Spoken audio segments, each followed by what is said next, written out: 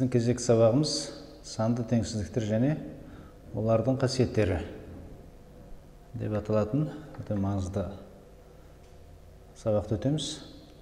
Жалпы теңсіздіктердің ең қарапайым және ең маңызды деген қасиеттері бұл сабақта айтылады.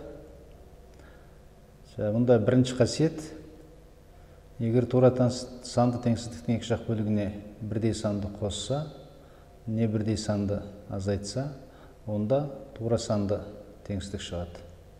Яғни бұл жерде А Б-ден үлкен болса, онда А плюс С Б плюс С-ден үлкен болады. Немесе А минус С Б минус С-ден үлкен болады. Немесе теңдіктің екі жағынан бірдей С-ні қосқанда және С-ні азайтқан кезде алғашындағы теңсіздік сол қалпында сақталып жатыр. Мұнда теңсіздік таңбасы өзгерген жоқ. Теңсіздіктің бір жақ бөлігінен екінші жақ бөлігіне таңбасын қарама-қарсы таңбаға ауыстырып, кез келген қосылғышты көшіруге болады. Бұл жерде біз мынандай мысал келтірейік. Бізге 2х минус 3 үлкен 2х плюс 4 деген теңсіздік берілген болсын. Бұл теңсіздікте біз теңдіктің бір жағына айнымалысы бар қосылғыштар шығарайық, екінші жағына айнымалысы жоқ қосылғыштарды шығару арқылы түрлендіріп көрейік. Біз 2х, бұл жерде х-ті келесі жағына қарай қарама-қарсы таңбалы көшіреміз. Ол минус 2х үлкен 4, келесі жағындағы минус 3-ті оң жағына қарай әкелеміз, онда қарама-қарсы таңбалы плюс х. Немесе х үлкен 7 деген теңсіздікті алатын боламыз. Екінші қасиет, егер А үлкен Б деген тура санды теңсіздіктің екі жағын санға көбейтуге қатысы бар. Бұл жерде оң санға көбейтсе, онда теңсіздіктің таңбасы өзгермейді. Немесе С оң санға теңсіздіктің екі жағын көбейтсек, А көбейтілген С үлкен В көбейтілген С тура санды теңсіздік шығады. Ал теңсіздіктің екі жағын теріс санға көбейтсек, теріс санға С теріс сан болса, онда теңсіздік таңбасы қарама-қарсы өзгереді. Немесе АС кіші В көбейту С деген тура теңсіздік шығады. Дәл осындай қасиет жаңағы оң санға бөлу және теріс санға бөлу амалы үшін де орындалатын болады. Бізге А үлкен В деген теңсіздік берілсе, оның екі жағын бірдей оң М санына, М деген оң санына бөлсек, онда алдыңғымен бірдей теңсіздік шығады, немесе теңсіздік таңбасы қалпынша болады. Ал біз теріс санға бөлсек, немесе М сан теріс сан болса, онда теңсіздік таңбасы қарама-қарсы өзгереді. Бұл қасиет көптеген жаңағы теңсіздіктерді шешуге ерекше ықпал ететіндіктен жақсылап тоқтатып алу керек. Үшінші қасиет, егер А Б-ден үлкен, Б С-ден үлкен болатын болса, онда А С-ден үлкен болады. Немесе бұл жаңағы теңсіздіктің транзитивтік қасиеті деген сөз. Бір-бірінен жаңағы салдар ретінде шығатын осындай қорытынды жасауға арналады. Бұл қасиетке біз бір мысал келтіре кетейік. Бізге 2 алма 3 мандариннен ауыр, ал 2 мандарин 3 пияздан ауыр. Олай болса 4 алма 9 пияздың қайсысы ауыр деген есеп берілген болсын. Біз бұл жерде 2 алма дегенде 2 А деп есептейік. Алманың салмағын А мен есептейміз. бұл ауыр 3 мандриннен. Ал екінші қорытындымыз 2 мандрин ауыр 3 пияздан болса, бізден сұрап отыр 4 алма 9 пияздың қайсысы ауыр деген сұрақ қойып отырмыз да жүрген. Жоғарыдағы қасиеттерді біз пайдалануымызға болады. Бұл қасиетті пайдалану үшін біз бірінші теңсіздіктің екі жағын 2-ге көбейтейік. Екінші теңсіздіктің екі жағын 3-ге көбейтейік. Теңсіздікті біз оң санға көбейткендіктен теңсіздік таңбасы қалпынша жазылуға тиісті. Сонда 4 А, 2-ны 2-ге көбейтеміз, 4А үлкен 6 мандрин, немесе 4 алма 6 мандриннен ауыр деген қорытынды шығады. Екінші теңсіздікте тағы да 6 мандрин ауыр 9 пияздан деген теңсіздіктің әрбір мүшесін біз 3-ге көбейттік. Қорытынды шығады. Бұл жерде бұл екі теңсіздікті бір-біріне салыстырып қарасақ, немесе бұл теңсіздіктен тура салдар ретінде біз мынандай қорытынды жасауға болады екен. Бірінші теңсіздікті қалпынша жазайық мына жерге. 4А үлкен 6 мадан, немесе 4 алманың салмағы 6 мандриннің салмағынан ауыр деген сөз. Ал екінші теңсіздікте 6 мандрин 9 пияздан ауыр. Олай болса, жаңағы 4 алма 9 пияздан ауыр екен шығады мына жерде. Бұдан шығатын қорытынды 4 алма 9 пияздан ауыр болады деген есептің шешімін алып отырмыз. Төртінші қасиет. Таңбалар бірде екі тура санды теңсіздіктің сол жақ және оң жақ бөліктерін мүшелеп қосса, тура санды теңсіздік шығады. Яғни, жерде бізге А үлкен В және С үлкен Д деген таңбалар бірдей, бір жағына қараған, осында екі теңсіздік берілген болсын. Олай болса біз теңсіздіктің сол жақтарын мүшелеп қосамыз, А плюс С шығады. Оң жақтарын мүшелеп қосамыз, В плюс Д шығады.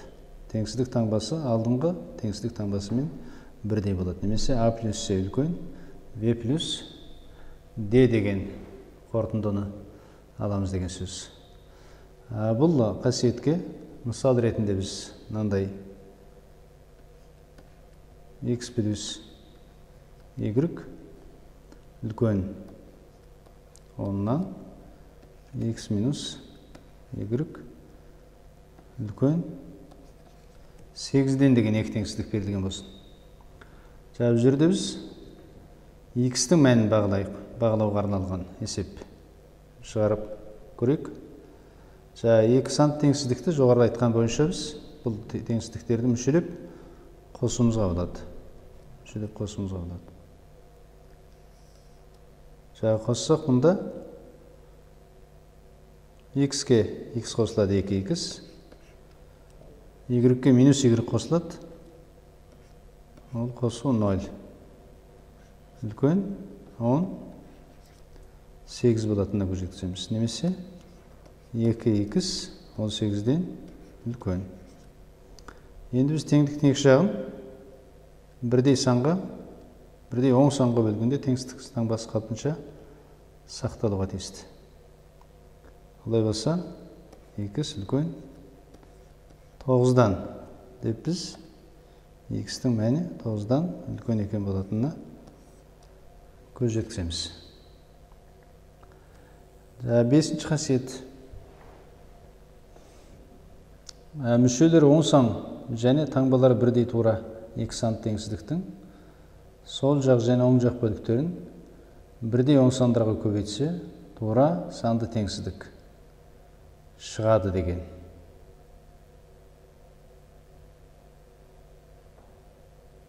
Бұл жерде бұны біз жаңағы мүшелері оң сандар болатын А үлкен В-ден үлкен 0-дан деген қорытынды бар бізде.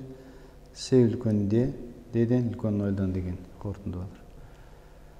Бұлар мүшелері оң сан болғандықтан көбейту ережесі бойынша мүшелеп көбейтуімізге болады. Оң жағын оң жағына, сол жағына көбейте аламыз. Бұл қасиетті толық түсіну үшін біз төменгі мысалдарды келтіре кетейік. Бізге тура санды теңсіздіктер берілсін 3 көбейтілген, 3 2-ден үлкен және 4 1-ден үлкен.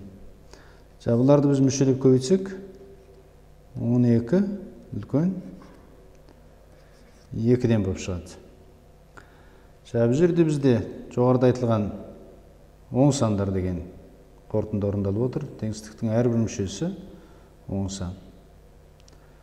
Енді біз бұл сан теріс сан болған кезде орындалу мүмкін емес екеніне байланысты төменгі мысал келтірейік.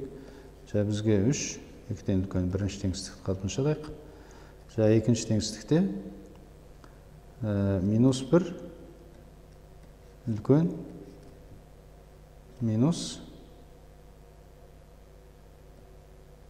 -2-ден. Екінші түсінікті, екеуі де тура санды теңсіздіктер. Мүшелеп көбейтіп жіберсек, мұнда -1 мен 3-ті көбейтеміз, -3 шығады. Мұнда көбейтіледі, -4 шығады. -3 -4-тен үлкен. Біз бұл жерде жаңағы 3 көбейту 2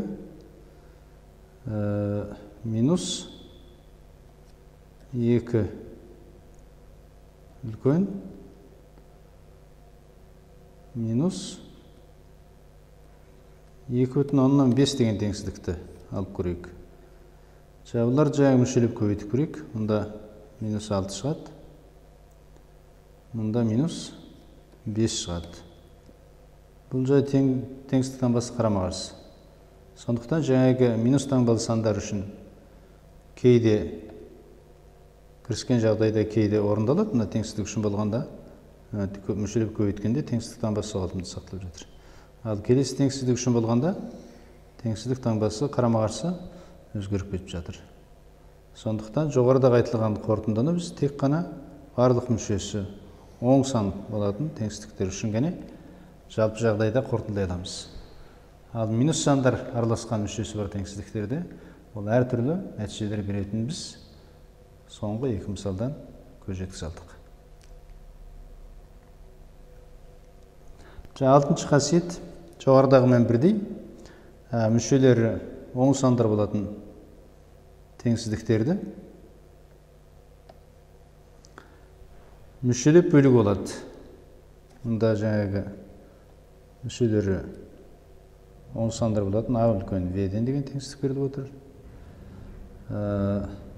Мүшелері оң сандар болатын С үлкен Д деген теңсіздіктер берілген болса біз бірінші теңсіздіктің үлкен, екінші теңсіздіктің кішісіне.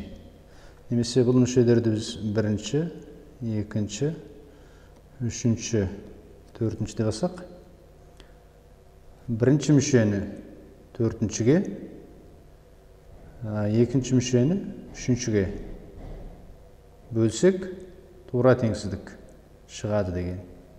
Немесе оң сандардың ең үлкенін ең кішісіне, ортаншысын одан кейінгісіне бөлгенде теңсіздіктер қалпынша сақталады. Бұны қалай түсінуіміз керек дегенде біз бірінші теңсіздіктің үлкен санын, екінші теңсіздіктің кіші санына бөліп отырмыз. Ал бірінші теңсіздіктің кіші санын, екінші теңсіздіктің үлкен санына бөлу арқылы соңғы нәтижені біз қабылдап отырмыз. Ал енді біз кері жазылған теңсіздіктер үшін болғанда осы қасиет тағы да орындалады.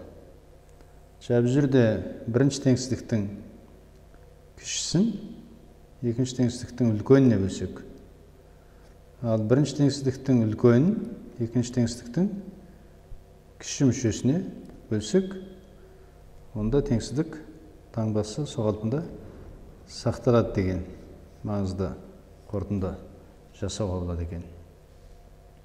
Бұған мысал келтіре кетейік 6-шы қасиетке. Бұл жерде біз 3 үлкен 2-ден 4 үлкен 3-тен. Біз бірінші теңсіздіктің үлкен мүшесін екінші теңсіздіктің кіші мүшесіне қатынастыруға тиістіміз. 3 қатынас 3. Теңсіздіктен басқа алтыншы сақталу керек. Бірінші теңсіздіктің кіші мүшесін екінші теңсіздіктің үлкен мүшесіне қатынастырамыз. Сол кезде 1 үлкен 2-ден 1 деген тура теңсіздік ала аламыз. Мысалдарға көшейік. Сандарды салыстырып, жұлдызшаның орнына тиісті теңсіздік белгісін қойыңдар деген есеп екен.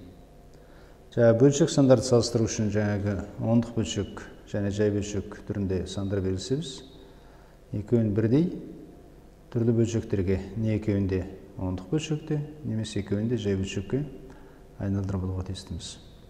Бұл жерде 1,6-дан 1-ді біз ондық бөлшекке айналдыра алмаймыз, сондықтан 1,6 деген ондық бөлшекті жай бөлшекке айналдыруымыз керек. 1,6 тең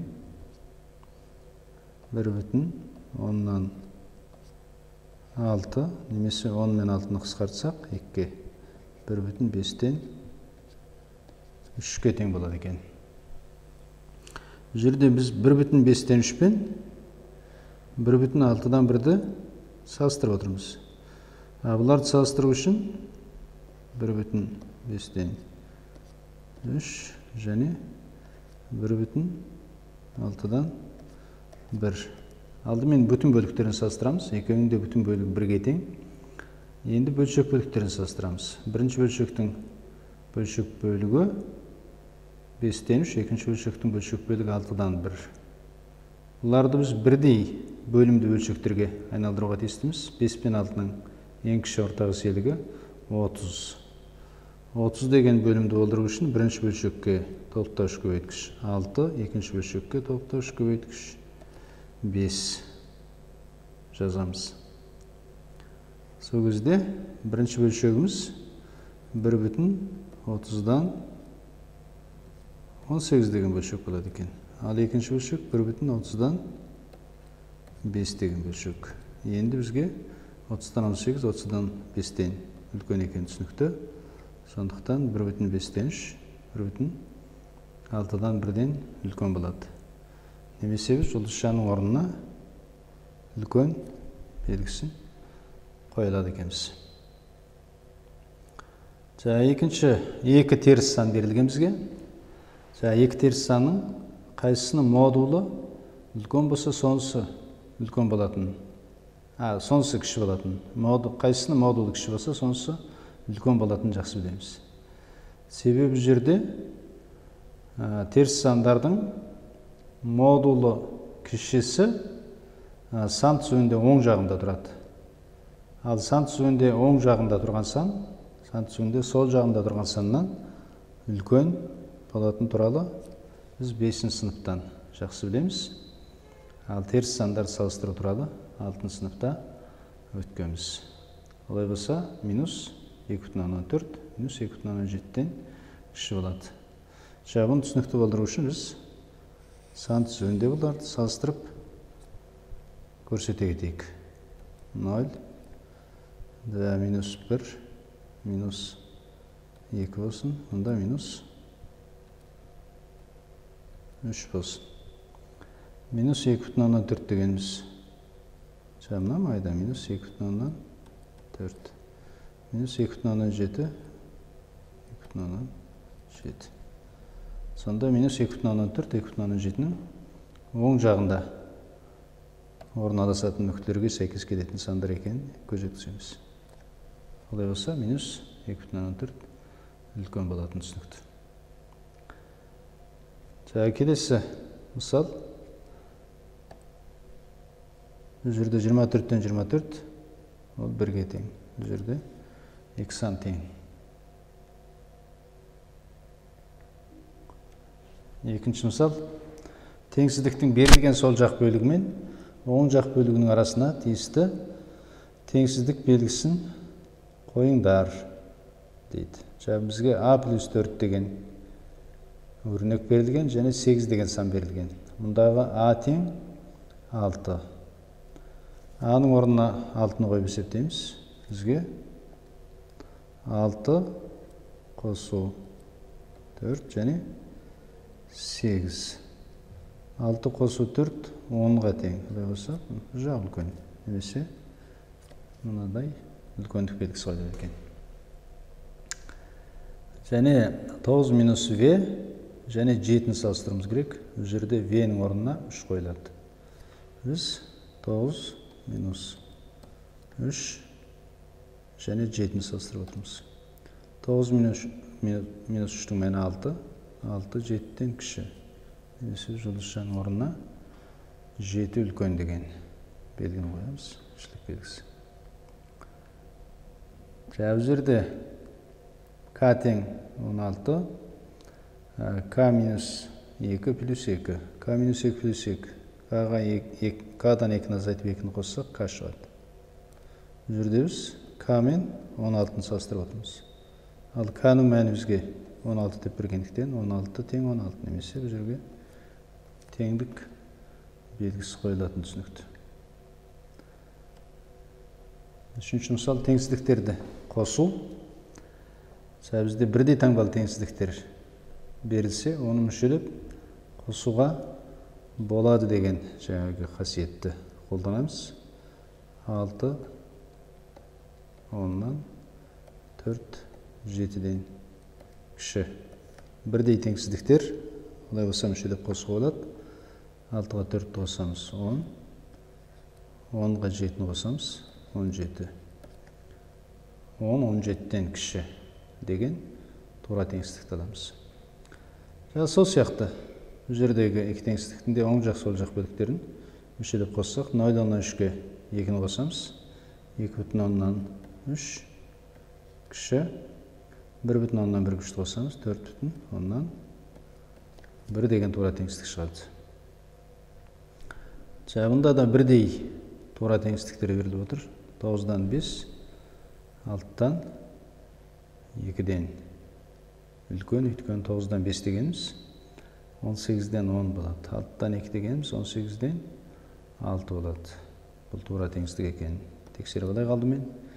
Мұндағы теңсіздік тағы да тура теңсіздік болады. Себебі 3-тен 2-ні біз алым бөлім 3-ке көбейтсек 9-дан 6 шығады. 9-дан 6, 9-дан 4-тен үлкен. Сондықтан екі теңсіздік те тура. Олай болса, бұлардың оң жақ сол жақ бөліктерін мүшелеп қосуға болады. Немесе бұл жерде біз аламыз. 9-дан 5 қосылған, 3-тен 2 үлкен болуға тиісті.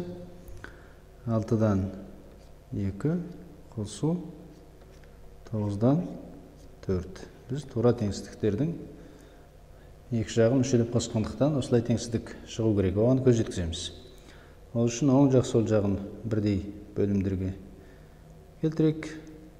Мұнда берілген 9, 3, 6 деген үш санның ең кіші ортақ еселігі. Ең кіші ортақ еселік 9, 3, 6. Жабыл 18 екен білеміз. Алай болса барлығын 18 бөлімді болдырамыз. Мұнда 2-ден, мұнда 6-дан, мұнда 3-ден, мұнда 2-ден толықтауыш көбейткіштер болады. Олай болса бірінші мүше 18-ден 10 қосылған екіншіміз 18-ден 12, 18-ден 12 үлкен. Үшіншімізше бұл 18-ден 6 болу керек, қосылған. Төртіншімізше 18-ден 8 болу керек. 18-ден 10-ға 18-ден 12-ні қосамыз. 18-ден 22 болады. Үлкен 18-ден 14 болады. Бөлім бірдей бөлшектердің алымы қайсы үлкен болса, сонысы үлкен болады. Немесе тура теңсіздік шығатынына көз жеткіздік. Жаттығу 1. Теңсіздіктерді азайтамыз. Біз жоғарыда атап өткенбіз. Теңсіздіктерді азайтқанда қарама-қарсы теңсіздіктерді бір-бірінен азайтуға болатын туралы. Сондықтан біз бұларды азайту үшін 9-дан 11 үлкен деген теңсіздікке келесі теңсіздікті біз қарама-қарсы таңбалы түрде жазамыз, бірақ теңсіздікті өзгертпейміз. 7-ден үлкен деген түрде жаздық. Енді мүшелеп азайтымызға болады. Мүшелеп азайтамыз. 9-дан 7-ні азайтамыз 2. 11-ден 4-ті азайтамыз 7. Сонда азайғыш теңсіздікпен, немесе бірінші теңсіздікпен бірдей нәтиже беруге тиісті екені көрініп жатыр. Келесі есепте біз бірінші теңсіздікті қалыпшыша жазып аламыз. Бұл 7,3 кіші 9,1 деген тура теңсіздік. Ал екінші теңсіздікті тағы да оған қарама-қарсы теңсіздік түрінде жазамыз, немесе 3 үлкен 2,6 түрінде теңсіздікті мағынасын өзгертпей жазып аламыз да, енді мүшелеп азайтамыз. 7,3-тен 3-ті азайтамыз, 4,3 шығады. Ал 9,1-ден 2,6-ны азайтамыз, 5, 6,5. Тағы да азайғыш теңсіздіктің таңбасымен бірдей нәтиже көрініп жатыр. Сонда бұл жерде азайту үшін міндетті түрде екі теңсіздіктің таңбасы бір-біріне қарама-қарсы болу керек. Осы кезде шығатын нәтиже азайғыш теңсіздіктің таңбасымен бірдей теңсіздік шығады дегенді көріп отырмыз біз. Келесі мысалға назар аударайық. Бұл жерде тағы да 17, 26-дан кіші деген теңсіздік берілген, және -9 10-нан кіші деген теңсіздік берілген. Бұны тағы біз қарама-қарсы таңбалы болдырып, 10-ды сол жағына, -9-ды оң жағына. Бірақ 10 -9-дан үлкен деген теңсіздіктің қалпын немесе мағынасын өзгертпей жаздық. Азайтамыз.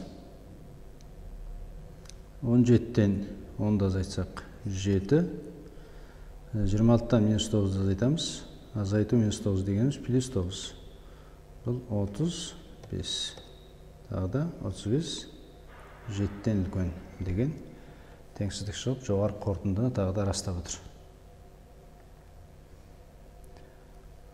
Екінші жаттығу. Теңсіздіктерді көбейту керек. Теңсіздіктерді көбейткенде жаңағы бірдей және барлық мүшелер оң болатын теңсіздіктерді тура көбейтуге болады дегенді қасиетті біз атап өткенбіз. Сол бойынша біз 3,2-нан 2-ні көбейтеміз 4-ке. Бұл үлкен болу керек. 2,2-нан 4 көбейту 2-ге. Бұл жерде көбейтуді орындасақ 12,2-нан 8 үлкен. 4,2-нан 8 деп тура теңсіздік шығатыны көрініп жатыр. Екінші теңсіздікте қарама-қарсы берілген теңсіздіктер. Бұны жаңағы бірдей таңбалы теңсіздіктерге айналдырып аламыз. Немесе бірінші теңсіздікті біз 11,1 үлкен 9,5 түріне келтіреміз. Оның астына жаңағы 0,4 үлкен 0,3. Енді теңсіздік таңбасы екеуі де сол жағына қарай үлкен деген бірдей таңбалы теңсіздіктерге келгендіктен енді оларды біз мүшелеп көбейтуімізге болады. Мүшелеп көбейту болады. Осы кезде шығады.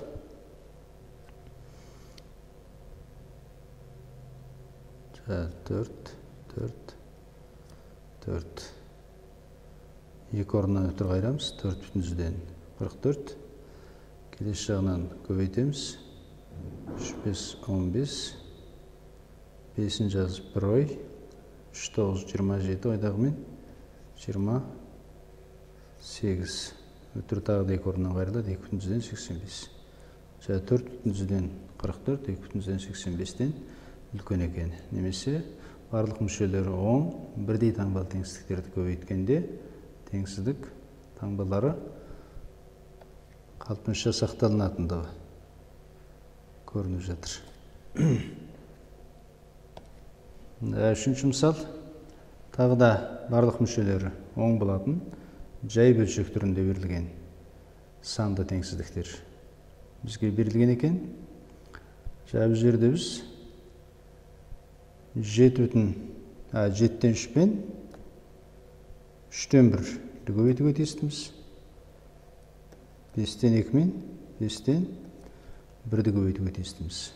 Жаңағы екі теңсіздіктің де үлкен мүшелерінің көбейтіндісі кіші мүшелерінің көбейтіндісінен үлкен болады деген теңсіздік. Сондықтан біз мына түрге келтірмей-ақ тура үлкен мүшелерді бір-бірімен көбейтуге болады деген ережені қолданып көбейте берейік.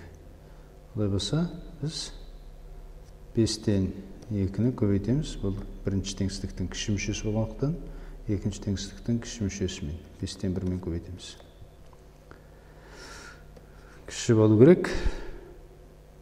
Бірінші теңсіздіктің үлкен мүшесі 7-ден 3-ті көбейтеміз. Екінші теңсіздіктің үлкен мүшесімен 3-тен 1-менен. Екінші теңсіздікте 3 пен 3 қысқарады екен. Оң жағында, ал сол жағында тура көбейтеміз. Бұл жерде 25-тен 2 кіші 7-ден 1. Бұл тура теңсіздік болатыны көрініп отыр. Көз жеткізу үшін ортақ бөлімге келтіруге тиістіміз. 25 пен 7 екеуі өзара жай сандар, сондықтан бұлардың көбейтіндісі 25 пен 7-нің көбейтіндісіне тең. Ал бірінші немесе 25 пен 2-ге тоқтауыш көбейткіш 7, бұнда тоқтауыш көбейткіш 25. Екеуінің де бөлімі 25-тен 7 болады. Бірінші мүше ол 25-тен 7-ден 14 болды.